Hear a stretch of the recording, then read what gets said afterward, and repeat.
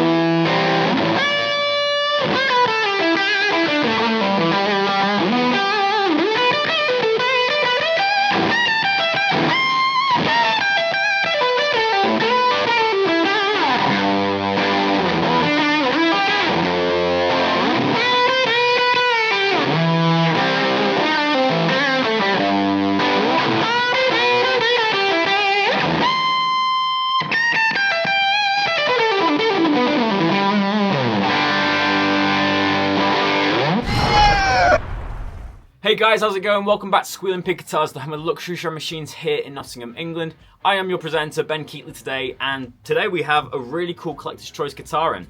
We've been getting so many of these awesome Gibson Les Pauls in from 2013 and 2014, so I'm very excited to show you this one today. This one is unique in the sense that it's got a VOS finish instead of a relic finish, and it is quite a unique collector's choice. It doesn't look like any of the others. It's a 1959 Les Paul. It's based off the serial number 91165, and it's known as the Tamio Okuda 59, as that's the guy who owns it. I've only ever heard this musician's name from this guitar or the association with this guitar, but once I look inside the Collector's Choice manual, it says here, as a member of Unicorn, an accomplished solo artist, and as a writer and producer, Tamio Okuda has left a long and impressive mark on rock and roll. In Japan, his work includes an explosive solo career featuring a debut album in 1993 called 29. In the USA, he's toured with Steve Jordan and Willie Weeks as a member of the alternative rock band The Verbs. So basically, this is the collaboration between Gibson Custom Shop and Tamio Okuda. This is a 1959 reissue at the end of the day, but it does have some pretty cool specs. So without further ado, let's grab the case and see what we get inside. So guys, it's that time again. Let's open up this brown lifting case. As you can see, I'm actually filming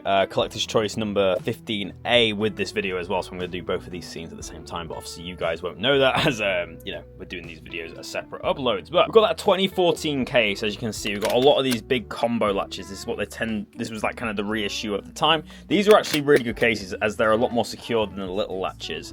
But opening it up anyway, here we have the Tamio Okuda 59 Les Paul Collector's Choice number 29. So I think this is a very good recreation of what a 59 Les Paul should look like. You see a lot of the reissues with really heavily figured tops, but this one has more of a realistic vintage style maple. We've got a nice bit of cross grain as well as the tiger flame. Obviously we've got this very smoky Tamio burst. We'll go over all the specs of this guitar, but it is very stunning in the case. It looks very nice with this pink interior. I've already got out the COA so we can have a little look at it. What's really cool about the Collector's Choice is that you do get this big thick booklet. So you've got the serial number of the original guitar and the Collector's Choice stamped into the booklet. And it's a lot bigger than the standard COA. So you first get Collector's Choice, you get the logo, it tells you a little bit about the Collector's Choice series. We've also got a little screen signature of Rick Jemba, who is the senior vice president of the Gibson Custom Shop at the time. And then here we have the Tamio Okuda kind of telling you a little bit about the artist as well as how he came to acquire the guitar. Very cool that this comes with this. Obviously you're paying the big money, so you do want a nice bit of case candy. So without further ado, let's grab it out the case and run down the specs. So here's the guitar, and let's go over the specs. So visually speaking, it's a lot different to all the other Collector's Choices that I've played. Typically the Collector's Choice series tend to be like relic guitars, or at least the ones that we've got in here at Squealing Pig Guitars tend to be relic. You can tell that this is a VOS finish, so it's got no finish checking, no dents on it at all, and it's got a lot of patina on it. It's very like a bumblebee yellow type binding, which obviously suggests like a smoky environment on the original guitar, but it's a very clean guitar, very nice and kind of boss. We do have some cool features which I'll talk about in a minute, but it's basically a 59 Les Paul. So you have a lightweight mahogany back with this really dark cherry aniline dye. We then have a two-piece flamed maple top. This one is quite a, you know, bland top. There's not too much going on to it, but it's quite accurate to what a vintage guitar would look like. We then have a mahogany neck with the aniline dyes on again with the hide glue construction. And then we have a rosewood fingerboard with celluloid inlays. Standard specs for a Collector's Choice Les Paul, you've got 22 medium jumbo frets, 24.75 inch scale length, and a nylon nut. What I really like about this example is that beautiful Gibson logo. As you can see, it's got a really nice kind of sprayed lacquer of it, which makes it look very golden, and the Les Paul silkscreen is all on display. And of course, we have the Clue Sun style Gibson Deluxe tuners. So the main differences between this guitar and other collector's choices that we've had is that the ABR1 actually has double thumb wheels to make it easier to adjust the bridge, which is a spec that is also on his, of course. And we also have the aluminium stop tailpiece. This guitar actually has 57 classic humbuckers in it instead of the kind of classic Gibson custom bucker, which is quite interesting. I'm unsure if he changed these pickups or if it's just a voicing that was closer at the time with the pickups. But yeah, these are 57 classics, and this was limited to 300 units. And that tends to be the number that's kind of associated with most of these collector's choices, around 300. There is discussed that there wasn't as many made as that, but yeah, that's what Gibson says. This is the serial number 007, which is pretty cool.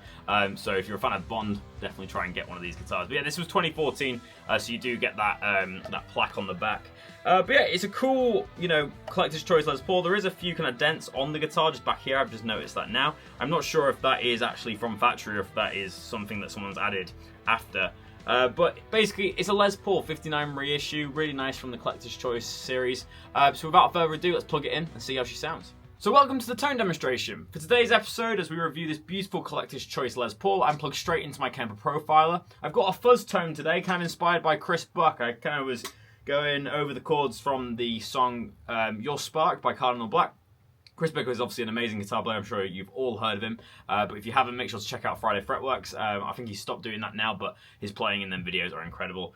So I'm playing with a pick today. Obviously, he plays with his fingers, but that's kind of the tone I was going for. So I have a fuzz pedal. I also have a tube screamer and an EQ pedal to kind of get this fuzzy, kind of chewy distortion. And then I also have a little bit of reverb on the ground. And the bass tone is just a Fender Blackface kind of clone. So let's hear it.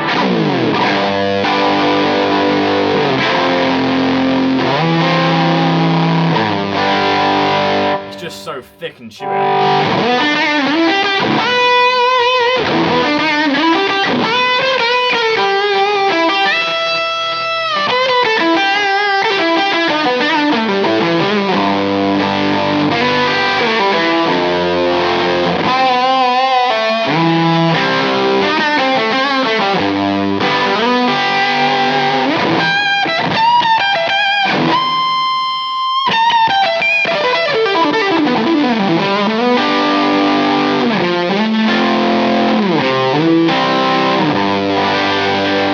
Obviously the bridge pickup of this guitar, and it's obviously got an insanely kind of high gain tone obviously with this fuzz face. But if I turn off the two gain pedals and just have kind of the raw AC30 tone, let's hear some more classic tone.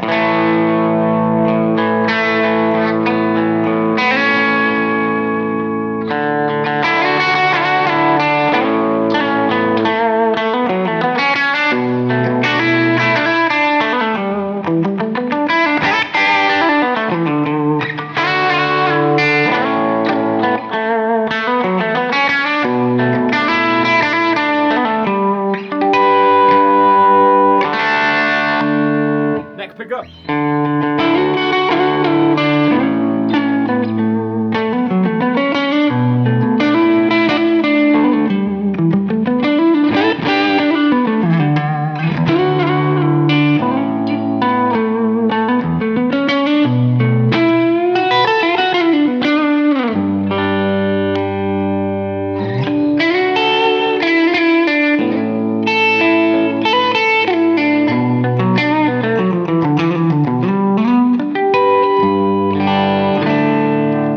Right away, this Collector's Choice sounds very different from Collector's Choice 15A, which is the Greg Martin one, which I also demoed today. Obviously, these videos are going out on different days, but these pickups respond very differently, even though they're the same guitar pickups. This is what kind of baffles me about Les Pauls, is just how different they sound and respond. This one has a lot more treble. This one has a lot more bass end and less treble, whereas this one has a lot more bass response and less treble, whereas the other one I played earlier today had a lot more treble to it. It was a lot more alive. This one feels a little bit more dead, and I think it's maybe done to the relicking. It's not as heavily relicked. It's a bit more of a thicker finish, and the neck is a little bit slimmer on this one, as I believe this is a 15. But yeah, obviously just like the fit and finish of this guitar is way different. Obviously you've got a very like bumblebee yellow binding on this one. Obviously this has been in a highly smoky environment, or the original guitar has, and obviously it's got a bit of a different bridge and stuff like that. But really, these guitars should sound similar on paper. It's the same construction. This is why you should always try a guitar out before buying it, ideally, especially if it's two of the same models. They're going to respond differently. This one definitely has a different feel. It's not necessarily better or worse. This one's really good for fuzz tones. It's a really good kind of vocal sustain. And the other one's definitely better for more classic rock. Anyways, the other guitar that I'm mentioning is the video that we uploaded a couple of days ago, which was Collector's Choice 15A. That's the Greg Martin 58 Les Paul when I'm referring to that. But for me, I'm filming it on the same day, so I probably should clarify that. Let's hear some more clean tones now. Let's go to the neck pickup.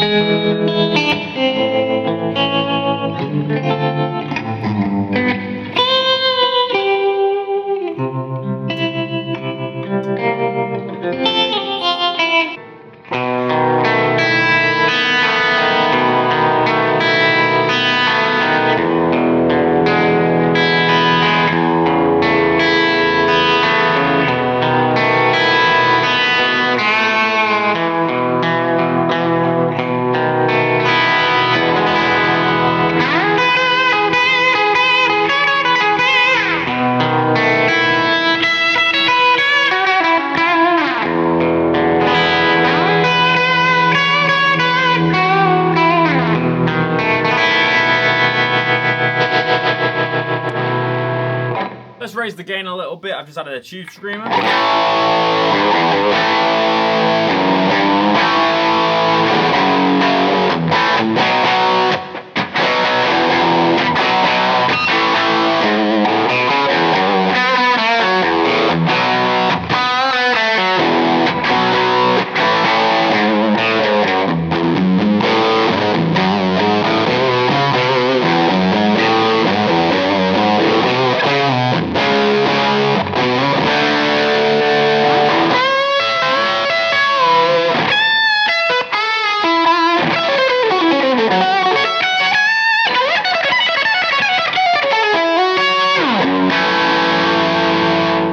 Let's raise the gain even further.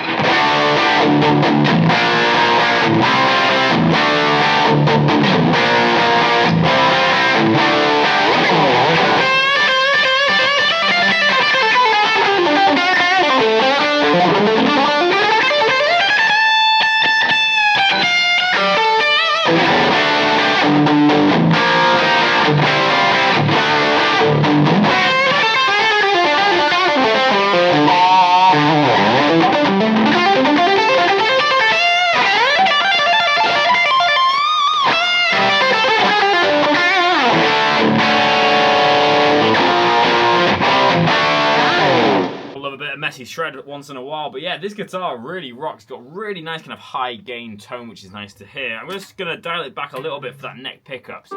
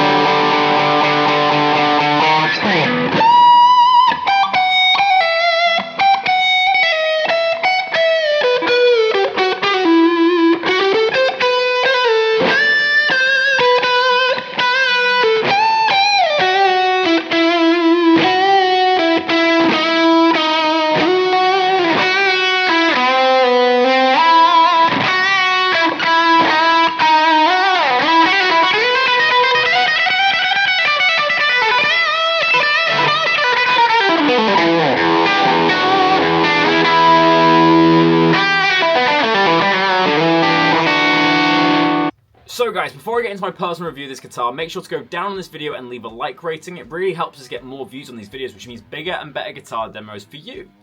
Also, whilst you're down there, make sure to leave your thoughts in the comment section below. Do you like this Collector's Choice Les Paul, or do you not? Let me know down below. And if you're new to this channel, make sure to hit subscribe. We've got lots of exciting adventures planned for 2025, and you don't want to miss out. So make sure to hit that button. It's free, and it really helps us out here at Squealing Pig Guitars. I'm going to rate this guitar a 7 out of 10 for today's episode. It scored slightly lower than the CC15A, which is the Greg Martin 58. I found that that one played a little bit better for my tastes. It had a bit of a bigger neck on it. I preferred the colour, and it just played a little bit better to me anyway. A bit of a lower action, and it just felt nice. Whereas this one was a little bit more stiff feeling, but that's not necessarily a bad thing. It's just not my preference. Also, I wasn't as big of a fan of the way that this guitar is finished. It has a very smoky look to it. It's a little bit more of a darker iced tea burst. You've got that kind of bumblebee yellow binding, and it's not as relic. So it's definitely more of an understated collector's choice, and it doesn't play it as well as the 58 in my opinion. We've had Sandy in, we've had Red Eye, we've had a few in. I can't remember every single one, but basically we've played a lot of collector's choices, and this one definitely wasn't the best one if I'm being completely honest. Still an amazing playing Les Paul, so don't get me wrong. Still a really cool guitar, and obviously has its own unique qualities that some of the collector's choices don't have, like lack of relicking. It also is a VOS guitar. It has the yellow binding. It's still a very cool and collectible guitar, but for me, it just didn't play as well as others. However, saying that, it responded really well to distortion tones, better than a lot of Les Pauls do. It doesn't have much treble in it. It's a very bass-heavy guitar, meaning when you play with a lot of high gain, it's not as shrieky or ice-picky. It has a little bit more definition, it's a little bit more chewy, and it works really well with fuzz tones.